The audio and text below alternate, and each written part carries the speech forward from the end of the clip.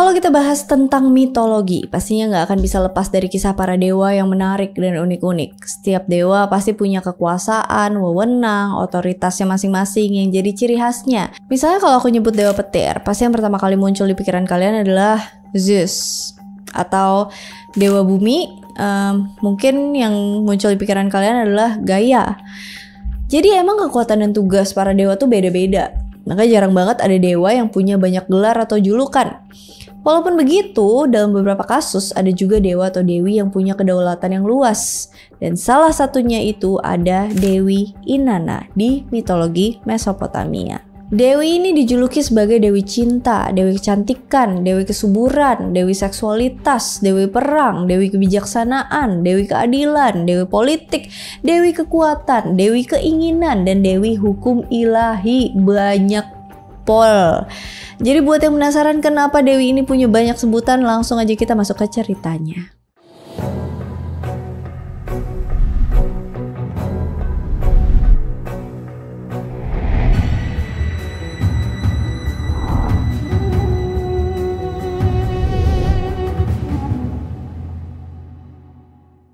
Dalam mitologi Mesopotamia, Dewi Inanna juga disebut sebagai Dewi Ishtar. Dewi ini punya kedudukan yang tinggi dan kekuatan yang melebihi dewi-dewi lainnya. Makanya Inanna punya gelar tertinggi sebagai Queen of Heaven atau Ratu Surga. Gak semua dewi punya gelar ini, karena hanya diberikan ke dewi-dewi tertinggi. Misalnya kayak Dewi Hera di mitologi Yunani, atau Dewi Isis mitologi Mesir.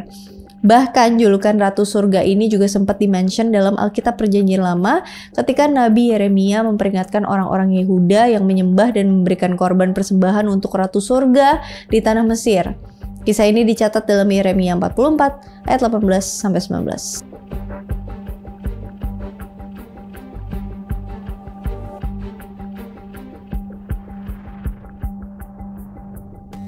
Jadi selain karena Dewi ini kuat banget dan punya kekuasaan yang melebihi dewa-dewa lain, ternyata alasan lain kenapa Dewi ini disebut sebagai Ratu Surga adalah karena secara etimologi nama Inanna diambil dari bahasa Sumeria, yaitu Ninannak, yang berarti nyonya surga. Gak heran kalau Inanna jadi dewi yang paling dihormati dalam mitologi Mesopotamia.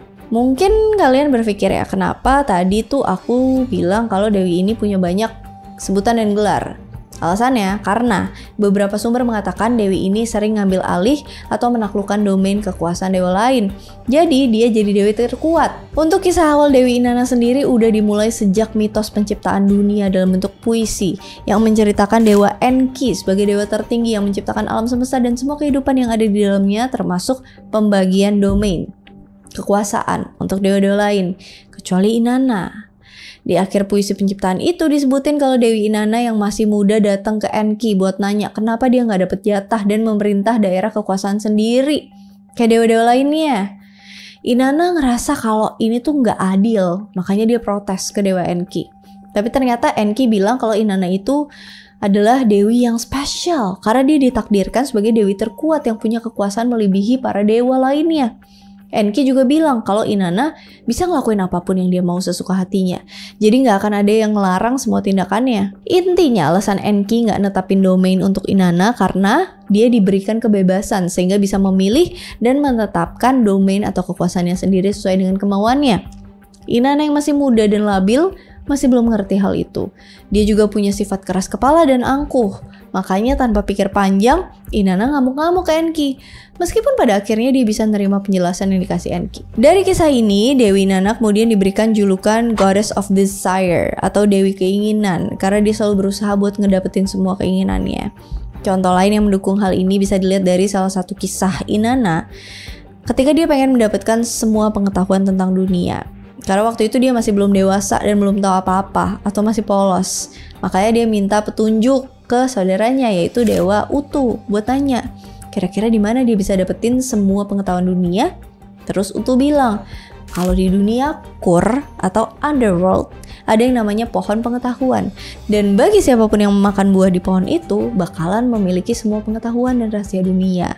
Selain ngasih tahu keberadaan pohon pengetahuan itu, Dewa Utu juga ikut nganterin dan memandu Inanna sampai mereka berdua tiba di lokasi dan Inanna makan buah pengetahuan itu. Sampai akhirnya dia bisa mendapatkan semua pengetahuan dan rahasia dunia, termasuk pengetahuan tentang seksual. Dari sinilah Dewi Inanna mendapatkan julukan sebagai Dewi Seksualitas. Kisah ini pasti terdengar familiar banget di telinga kalian karena ceritanya emang mirip kisah Adam dan Hawa yang makan buah terlarang dalam agama Abrahamik. Beberapa catatan tentang kisah Inanna terkadang nggak lengkap dan cuma bisa ditemuin pecahan-pecahannya aja. Salah satunya contoh dalam fragmen puisi yang menceritakan tentang Inanna yang mengklaim salah satu kuil di kota Uruk untuk dijadikan kuil pribadi dan tempat kediamannya. Di awal puisi itu diceritain kalau Dewi Inanna berencana ngelakuin perjalanan yang sulit untuk pergi ke sebuah kuil di kota Uruk karena dia harus melewati rawa-rawa yang luas. Tapi untungnya di tengah perjalanan itu Inanna ketemu sama seorang pelayan baik hati yang menunjukkan rute terbaik dan tercepat ke tempat tujuannya. Nah, sampai di sini sebagian teks puisi itu tuh menghilang. Jadi kisahnya tuh terpotong sampai di bagian akhir yang menceritakan tentang keberhasilan Inanna ngerebut kuil di kota Uruk. Terus kuil itu dinamain sesuai dengan namanya sendiri, yaitu kuil Eanna. Kemudian setelah Inanna mengambil alih kekuasaan di kota Uruk, Dewi ini tuh ngerasa bangga dengan pencapaiannya. Karena di usianya yang masih muda tuh udah berhasil merebut kota dengan kekuatannya sendiri. Makanya Inanna ngasih tahu ke Dewa Anu atau bapaknya sendiri tentang pencapaiannya ini. Jadi sifatnya ya kayak anak-anak muda pada umumnya yang butuh validasi, butuh pengakuan dari orang tuanya. Makanya Inanna kelihatan caper. Terus pas bapaknya dengar cerita Inanna, dia kayak apaan sih nih bocah? Baru gitu doang udah sombong banget. Ya udah terserah deh, chill. Yang penting lu happy gitu. Nah, dari pengakuan bapaknya ini akhirnya Dewi Inanna secara resmi menjadikan kota Uruk sebagai domain atau daerah kekuasaannya. Untuk kisah cinta Inanna sendiri juga ditulis dalam teks Sumeria kuno yang mengatakan kalau dia tuh pernah ketemu sama seorang petani yang bernama Enkidu dan seorang gembala bernama Dumuzid. Dikisahkan kalau dua pria ini akhirnya sama-sama jatuh cinta dengan Inanna sampai mereka berdua bersaing satu sama lain buat ngerayu Inanna dan mendapatkan hatinya. Awalnya sih Inanna lebih milih Enkimdu, tapi si Dumuzid gak nyerah buat ngerayu Inanna. Bahkan dia sampai minta bantuannya Dewa Utu. Makanya Utu akhirnya setuju buat membantunya. Terus dia ngebujuk Inanna supaya dia milih Dumuzid aja buat dijadiin suaminya. Dengan alasan kalau Dumuzid tuh bakal ngasih hadiah yang bagus dan lebih baik daripada Enkimdu, yaitu berupa susu, mentega, keju, dan berbagai perhiasan dari permata. Meskipun awalnya kedua pria ini saling bersaing dan berselisih, akhirnya Enkimdu ngalah dan berdamai sama Dumuzid. Jadi ya gitu deh. Mulai saat itu mereka berdua jadi teman baik. Dumuzid sering ngembalain domba-dombanya ke halaman Enkimdu karena di sana tuh ada aliran sungai dan ladang rumput yang luas. Jadi domba-dombanya tuh bisa makan dan minum sepuasnya. Respect sama kedua karakter ini. Jarang-jarang ada orang ya yang mau ngalah dan saling berdamai karena cinta. Beda jauh sama mitologi Yunani yang penuh drama dan saling membunuh gara-gara rebutan pasangan. Kisah selanjutnya bisa dilihat dalam puisi Sumeria kuno yang berjudul Inanna and Enki yang menceritakan tentang puncak kejayaan Dewi Inanna sebagai seorang dewi penakluk dan mendapatkan kekuasaan yang lebih besar dengan cara yang licik. Di dalam kisah ini diceritain kalau awalnya tuh Inanna ngelakuin perjalanan dari kota Uruk menuju kota Eridu buat menemui Dewa Enki.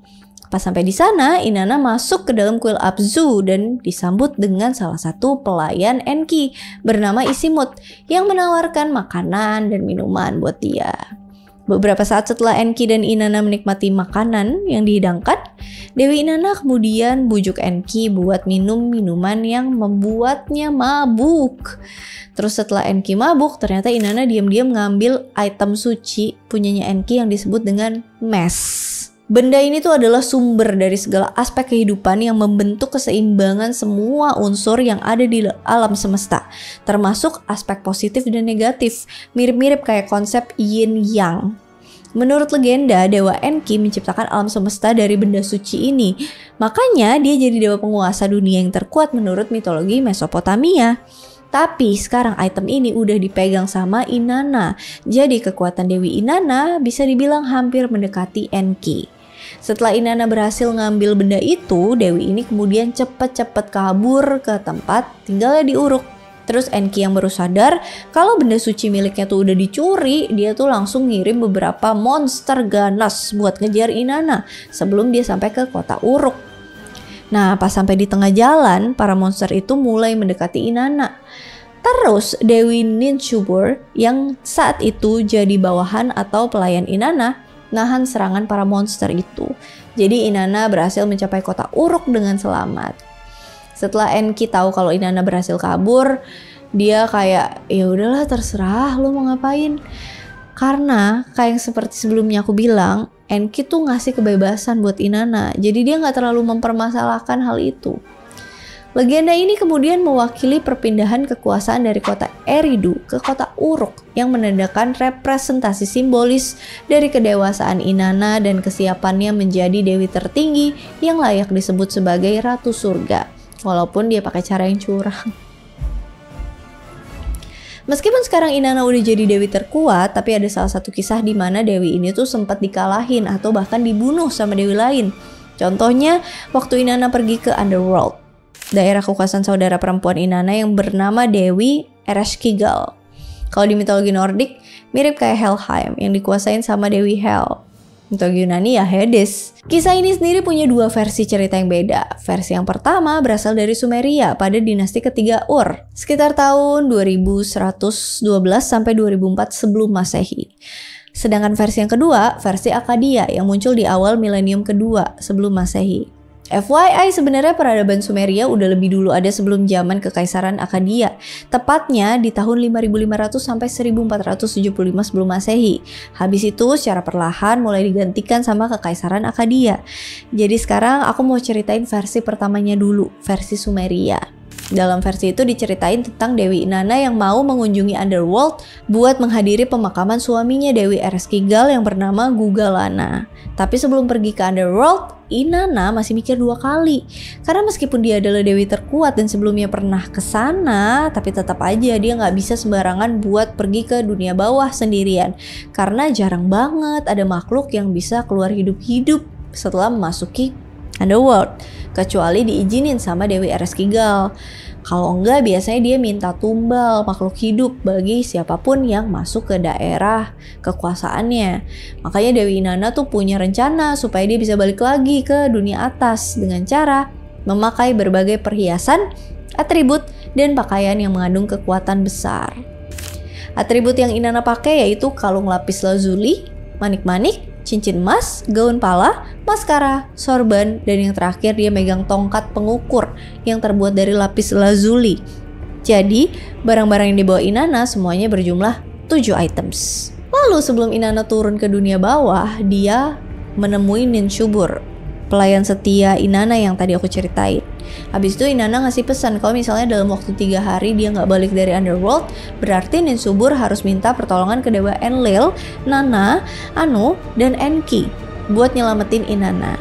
Setelah ngasih pesan itu, Inanna pakai semua atributnya terus pergi ke dunia bawah. Pas sampai di sana, Inanna ngelihat sebuah gerbang besar yang tertutup rapat. Habis itu Inanna ngetok gerbang itu supaya diizinin masuk. Gak lama setelah itu muncul seorang penjaga gerbang bernama Neti.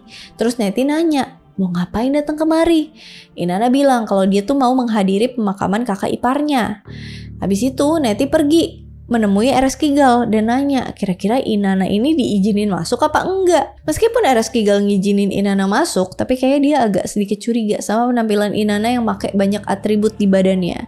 Makanya Ereshkigal bilang ke Inanna kalau dia boleh masuk dengan syarat harus ngelepas semua atributnya setiap kali dia memasuki gerbang. Di sini terungkap kalau sebenarnya gerbang dunia bawah itu ada 7 lapis. Jadi setiap Inanna masuk dia harus ngelepas salah satu atributnya. Karena nggak punya pilihan lain, mau nggak mau Inanna harus ikutin peraturan itu sampai akhirnya dia tiba di gerbang terakhir dan ngelepas semua pakaiannya. Jadi sekarang Inanna udah nggak pakai apa-apa alias telanjang. Dengan begitu kekuatan Inanna otomatis menghilang dan gak bisa keluar dari dunia bawah. Nah, setelah Inanna ketemu sama Ereshkigal, ternyata di situ terungkap kalau niat utamanya pergi ke tempat itu sebenarnya cuma buat ngambil alih dunia bawah yang dikuasai sama saudarinya. Ini kayak yang di awal tadi aku bilang ya, kalau Dewi Inanna tuh seneng banget ngambil alih domain kekuasaan dewa-dewa lain. Tapi kali ini dia gagal karena Ereshkigal udah tahu rencananya. Makanya dia sengaja bikin Inanna tuh ngelepasin semua atributnya biar dia melemah dan gak punya kekuatan buat ngalahin Dewi Ereshkigal. Kemudian setelah rencana Inanna terbongkar, Ereshkigal merintahin ke-7 Anunnaki yang berperan sebagai hakim dunia bawah buat membunuh Inanna. Buat kalian yang belum tahu siapa itu Anunnaki, bisa cek di video lama aku ya. Lalu setelah Inanna meninggal dan gak kembali selama 3 hari, akhirnya Ninsubur pergi menemui Dewa Enlil, Nanna, Anu, dan Enki buat minta pertolongan. Tapi sayangnya mereka nolak buat nolong Inanna karena mereka pikir Inanna mati karena kesalahannya sendiri. Makanya para dewa ini bilang kayak, ya udah tahu tempat itu bahaya, ini Dewi malah nekat datang ke sana. Jadi biarin aja, emang dia sendiri nyari mati. Meski begitu, cuma Dewa Enki akhirnya mau membantunya karena Enki ini tuh deket banget sama Inanna. Bahkan bisa dibilang Inanna udah dianggap kayak anak emasnya. Makanya Dewa Enki menciptakan 2 makhluk hidup tanpa jenis kelamin atau makhluk aseksual yang terbuat dari tanah. Mereka disebut sebagai Galatura dan Kurjara. Terus Enki ngirim kedua makhluk ini ke Underworld buat nyari Inanna dan bawa dia keluar dari dunia bawah sambil bawa makanan dan air kehidupan. Setelah kedua makhluk ini sampai di Underworld, mereka kemudian nangkep Ereshkigal dan menyiksanya supaya dia ngasih tahu di mana lokasi mayatnya Inanna. Jadi kedua makhluk ini tuh lebih kuat daripada Ereshkigal. Makanya Dewi ini akhirnya nyerah dan memberikan mayat Inanna. Setelah itu kedua makhluk ini memercikan makanan dan air kehidupan ke mayat Inanna buat menghidupkannya kembali.